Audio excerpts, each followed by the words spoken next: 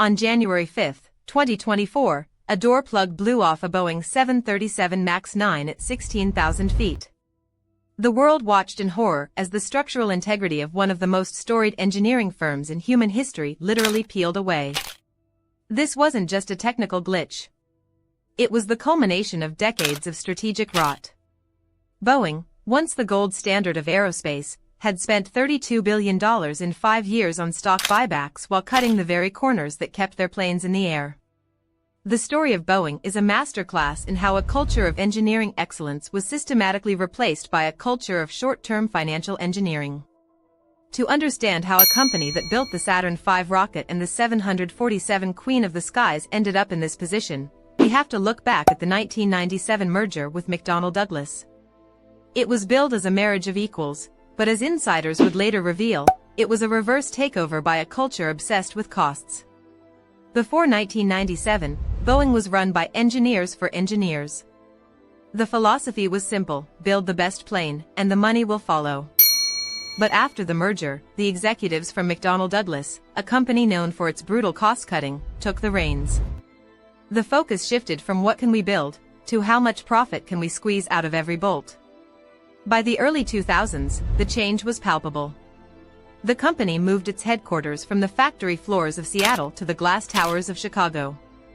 This wasn't just a change of address, it was a psychological decoupling from the product. Executives were no longer watching the assembly line, they were watching the stock ticker. This shift toward shareholder primacy meant that massive capital reserves were diverted away from R&D and safety testing, flowing instead into massive dividend payouts and stock buyback programs designed to inflate earnings per share. Then came the 737 MAX crisis. Facing pressure from Airbus and their A320neo, Boeing rushed to market with the MAX. They didn't want to build a new plane that would take 10 years and billions in R&D. Instead, they took a 1960s airframe and strapped massive, fuel-efficient engines onto it. These engines were so big they couldn't fit under the wings properly. So, they moved them forward and up. This changed the aerodynamics of the plane, making it prone to stalls. To fix it, they introduced MCAS, a software patch designed to force the nose down. They didn't tell pilots. They didn't train them. They didn't even put it in the manual. Why? Because training would cost the airlines money, and Boeing wanted to market the MAX as a plug-and-play aircraft that required zero simulator time. But wait. It gets worse. Internal documents revealed that Boeing employees were aware of the risks. In one chilling exchange, a senior manager admitted to his colleague that the MCAS system was designed by clowns, supervised by monkeys. Yet, the pressure to meet delivery targets was relentless. The corporate culture had become so toxic that raising a safety concern was seen as a barrier to productivity. If you slowed the line, you were the problem. As the Lion Air and Ethiopian Airlines crashes occurred, the world began to realize that the fail-safe systems were actually fail-deadly. Boeing's initial reaction was not one of humility, but of corporate obfuscation. They blamed the pilots. They blamed the maintenance crews in foreign nations. They spent millions on PR campaigns to convince the public that the plane was safe.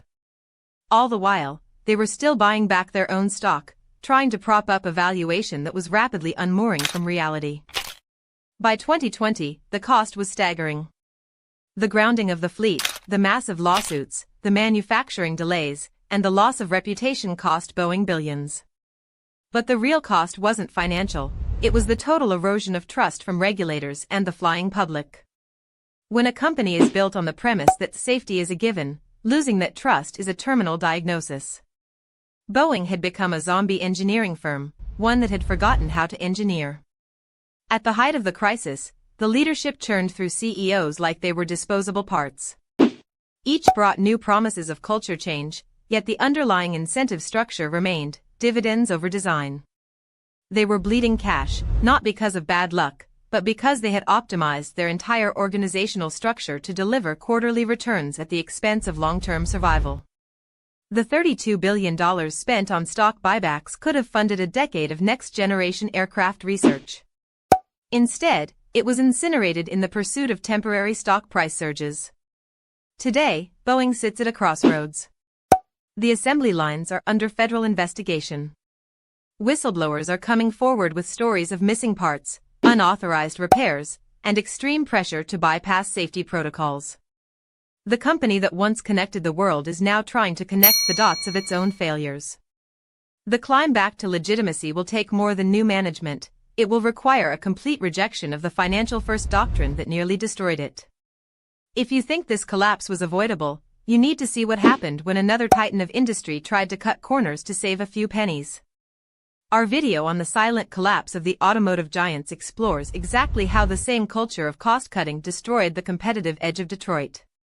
The patterns are identical, the stakes are the same, and the lessons are waiting to be learned.